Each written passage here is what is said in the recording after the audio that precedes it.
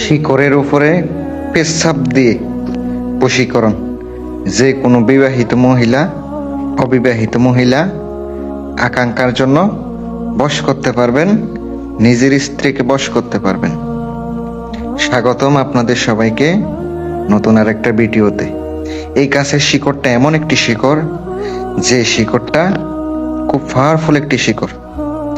যে শিকড়ের দিয়া পেচ্ছাপ মিশিয়ে, প্রস্রাব মিক্স করে যদি আপনি মন্ত্র ফিরা ফুঁক দেন, আপনার কাঙ্ক্ষিত নারী বুক করার জন্য প্রস্তুত হয়ে যাবে, আকাঙ্ক্ষা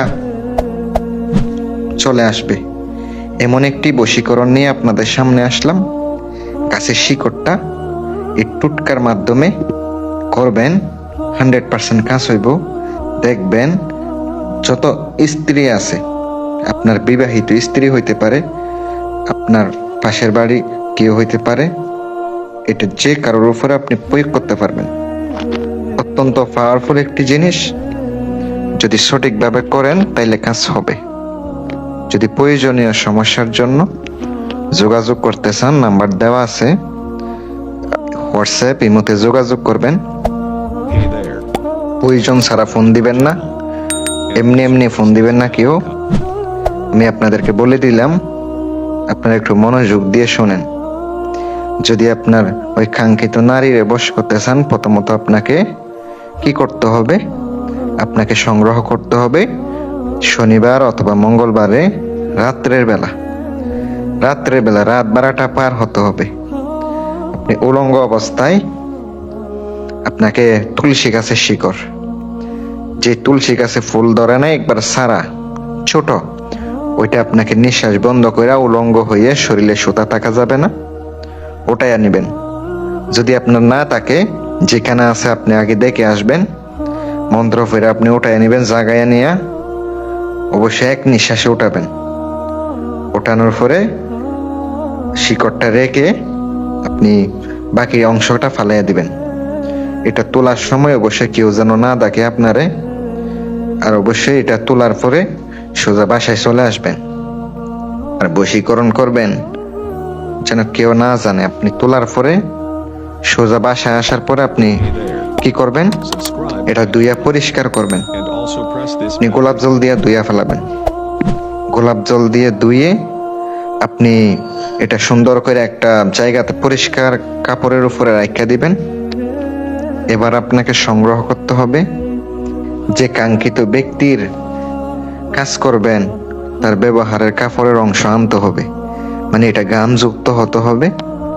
অবশ্যই গামযুক্ত না হলে কিন্তু কাজ হবে না, গামযুক্ত হতে হবে। ওই ব্যবহারের কাপড়টি আপনাকে এই যে আপনি যে শিকড়টা আনছেন এটার মধ্যে চড়াইয়া নিবেন।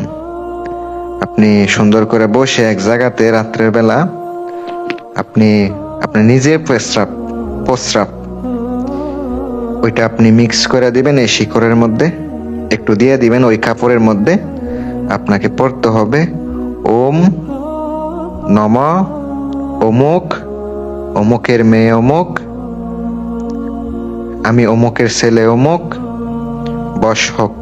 যদি না হয়, কালির কাল্লা কেটে পরে আল্লাহর দোহাই। এটা পরে ফুঁক দেবেন। 21 বার পরে 21টি ফুঁক দিয়ে আপনাকে কি করতে হবে? ওই শিকড়ের উপরে ফুঁক দিতে হবে। অবশ্যই এটা আপনার প্রস্রাব দিতে হবে ওই শিকড়ের মধ্যে। এই কাজটি যখন করবেন, উলঙ্গ অবস্থায় করতে হবে, একটা রুমের ভিতরে করতে হবে।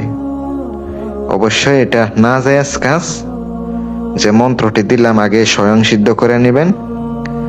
ওই কাপড়টা আপনি জড়াইয়া নিয়ে ওই প্রস্রাব মিশাইয়া, শিকড়টা যে মিশাইছেন কাপড়ের মধ্যে সুতা দিয়া সুন্দর করে আপনি মন্ত্রপুত কইরা কাঙ্ক্ষিত ব্যক্তির চলাচল পথে ফুতে দিবেন, যেখানে চলাচল করে। আপনাকে অবশ্যই ওই মন্ত্রের মধ্যে নাম নিলে হয়ে যাবে। আর কিছুই করতে হবে না, আর কিছুই করতে হবে না।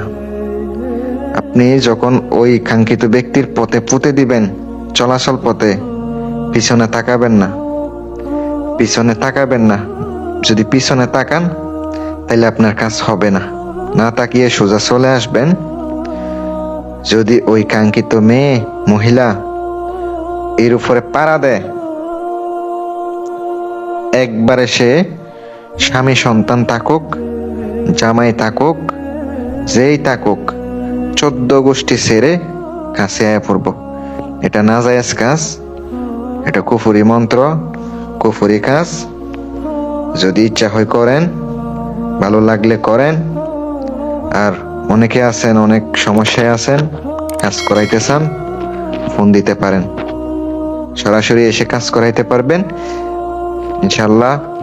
আর দূর থেকেও কাজ দিতে পারেন, দেশ কিংবা দেশের বাহিরের থেকে, গ্যারান্টি দিয়ে কাজ করে দিমু। আর সকলে ভালো থাকবেন, সুস্থ থাকবেন। আমি বান বশীকরণে বিচ্ছেদের কাজ করি, জিনের রোগীর চিকিৎসা করি, যোগাযোগ করতে পারেন। আসসালামু আলাইকুম ওয়া রাহমাতুল্লাহ।